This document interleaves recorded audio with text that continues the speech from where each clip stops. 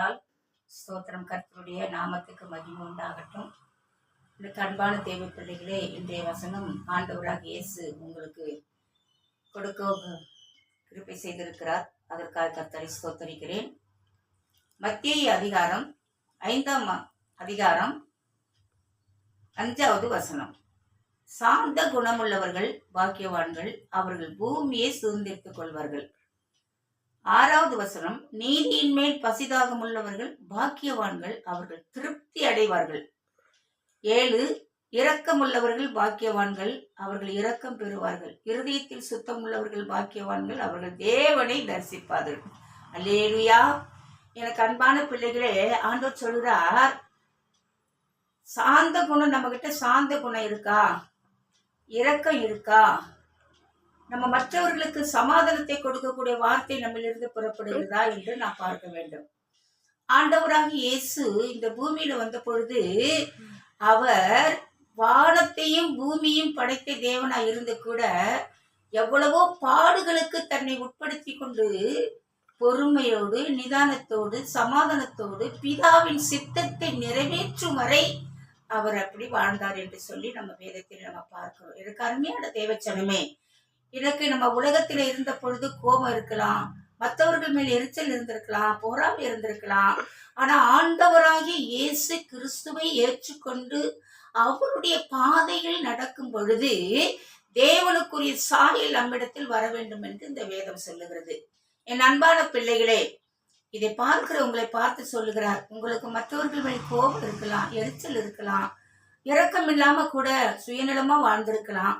நீங்கள் இன்றைய தினத்திலே இந்த வாக்கு தத்தத்தின்படி சாந்த குணமுள்ளவர்களாய், இரக்கம் உள்ளவர்களாய், தேவனை நாம் தரிசிக்கக்கூடிய சாக்கியம் உள்ளவர்களாய் மாற வேண்டும்படியாய் உங்கள் அன்போடு கேட்டுக்கொள்கிறேன்.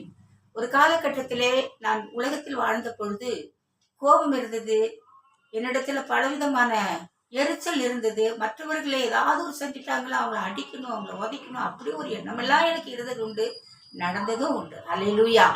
என்றைக்கு ஆண்டவர் என்னை தொட்டு என்னை ரட்சித்தாரோ அன்றையிலிருந்து அவருக்குரிய சாயலாய் வாழ வேண்டும் என்று நான் பிரயாசப்பட்டு இன்றைய தினத்துல என்ன நடந்தாலும் இயேசுவின் சாயலாய் மாற வேண்டும் ஒரே சிந்தை, அதிலே வாழ்ந்து கொண்டிருக்கிறேன். என் அன்பான தேவ பிள்ளைகளே, இன்றைக்கு என்னை பற்றி யார் எதை குறை சொன்னாலும் நான் குற்றப்படுத்துவதே இல்லை. காரணம், இயேசுவை பின்பற்ற வேண்டும்.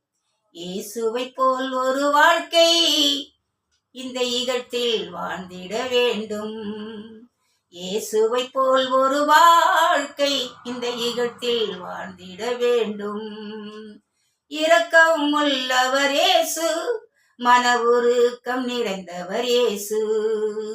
இரக்கம் உள்ளவர் இயேசு, மன உருக்கம் நிறைந்தவர் இயேசு. வாழ்வோம் வாழ்வோம், இயேசுவை போல் நாம் வாழ்வோம். வாழ்வோம் வாழ்வோம், இயேசுவை போல் நாம் வாழ்வோம். இயேசுவை போல் ஒரு வாழ்க்கை இந்த ஈகத்தில் வாழ்ந்திட வேண்டும். அல்லேலூயா. இயேசுவை போல் ஒரு வாழ்க்கை, நன்மை செய்கிறதிலே நாம் அதிக கவனம் செலுத்த வேண்டும். இரக்கத்தில் மன உருக்கத்தில் நாம் முன்னன்மாடியா இருக்க வேண்டும். இயேசுவை பின்பற்றுங்கள். கர்த்தரை அவர் சொன்ன வார்த்தை கடைபிடிங்கள். கர்த்தர் உங்களை நடத்துவார், கர்த்தர் உங்களை ஆசீர்வதிப்பார். கண்களை மூடி நாம் ஜெபிக்கலாமா? என் அன்பின் ஆண்டவரே, இந்த காலை வேளையில ஸ்தோத்திரம் ஆண்டவரே, எனக்கு கொடுத்த வாக்கு தத்தத்துக்காக ஸ்தோத்திரம் ஆண்டவரே. ஆண்டவரே, உங்களுடைய வாக்கு தத்தத்தை நிறைவேற்றும்படி இந்த மக்களை ஆசீர்வதிங்கப்பா. எல்லாரிடத்திலும் அன்புள்ளவர்களாய், பாசமுள்ளவர்களாய், இரக்கமுள்ளவர்களாய், கிறிஸ்துவே உம்முடைய அன்பை வெளிப்படுத்துவர்களாய் மாற்று. இவர்களை, ஒரு குடும்பங்களை, ஊழியங்களை ஆசீர்வதி. இயேசுவின் நாமத்தினால ஜெபிக்கிறேன் பிதாவே, ஆமென். அல்லேலூயா. God bless you.